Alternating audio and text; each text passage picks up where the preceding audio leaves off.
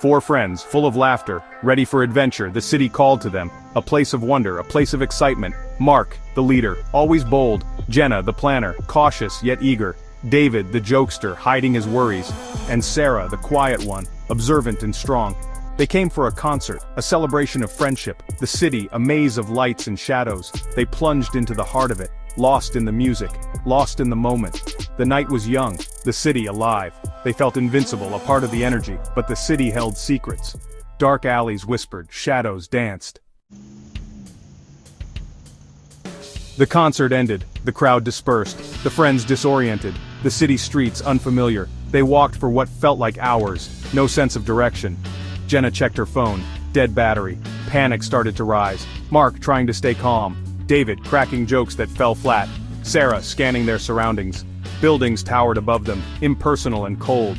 The streets, a concrete jungle. The noise of the city overwhelming. A symphony of sirens and shouts. They were lost. Trapped in the urban labyrinth, the city, once exciting, now menacing. Their adventure had taken a dark turn. They were prey in the concrete jungle. Day 1. The sun beat down, the air thick with exhaust fumes. Hunger gnawed at their stomachs, thirst parched their throats. The city offered no solace. They searched for food. Dumpsters became their source. Stale bread, discarded fruit, anything to survive. Shame mixed with desperation. Shelter was hard to find. Parks were locked at night. Alleys were dangerous. They slept in shifts, huddled together for warmth. Fear their constant companion. Each day blurred into the next. The city, a relentless machine, grinding them down, their hope dwindling with each passing hour. Survival their only goal.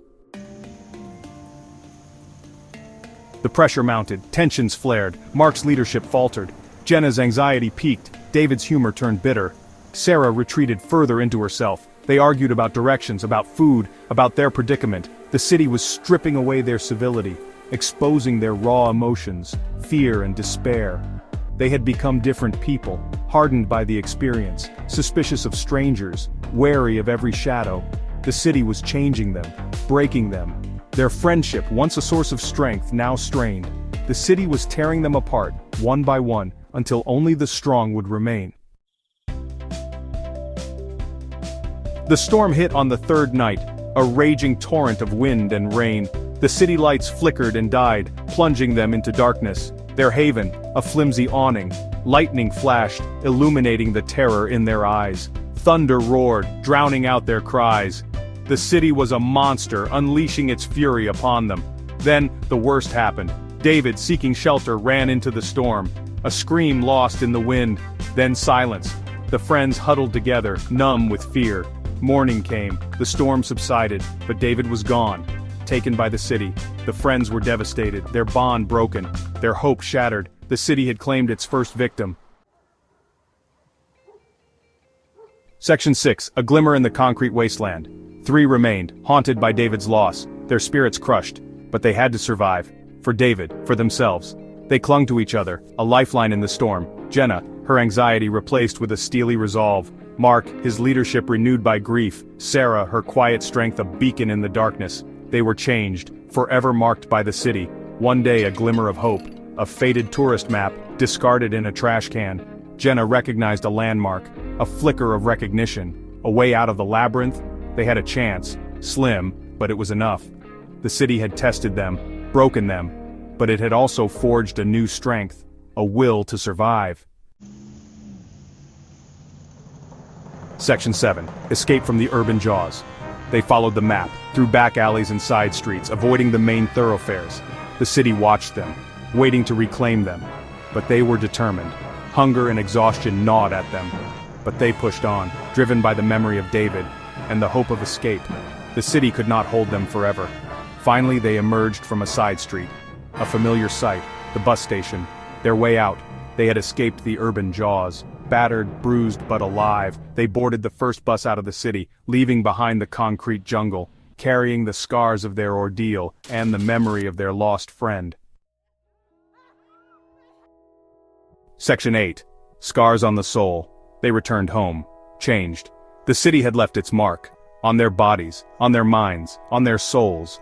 They were survivors, forever bound by their shared experience. Jenna, once cautious, now fearless. Mark, once confident, now humbled. Sarah, once quiet, now outspoken. They had faced their fears and emerged stronger. The city had tested their friendship, taken one of their own, but it had also forged an unbreakable bond, a bond tempered by fire, a bond that would never be broken. They would carry the scars of the city, but they would also carry the memory of their lost friend, and the knowledge that they had survived against all odds. Section 9. The city that never sleeps and the dreams it steals. The city still stood, a monument to human ambition, a testament to human folly. It had swallowed their friend, tested their limits, but it had not broken them. They would never forget their ordeal, the hunger, the fear, the loss. But they would also remember the strength they found, the resilience they discovered, the depth of their bond, the city that never sleeps. It had stolen their innocence, their naivety, but it had also awakened a primal instinct, a will to survive, a fierce loyalty to one another. They walked away from the experience, scarred but not broken, humbled but not defeated. They had looked into the abyss, and emerged stronger, forever changed, forever marked by the city that never sleeps, and the dreams it steals.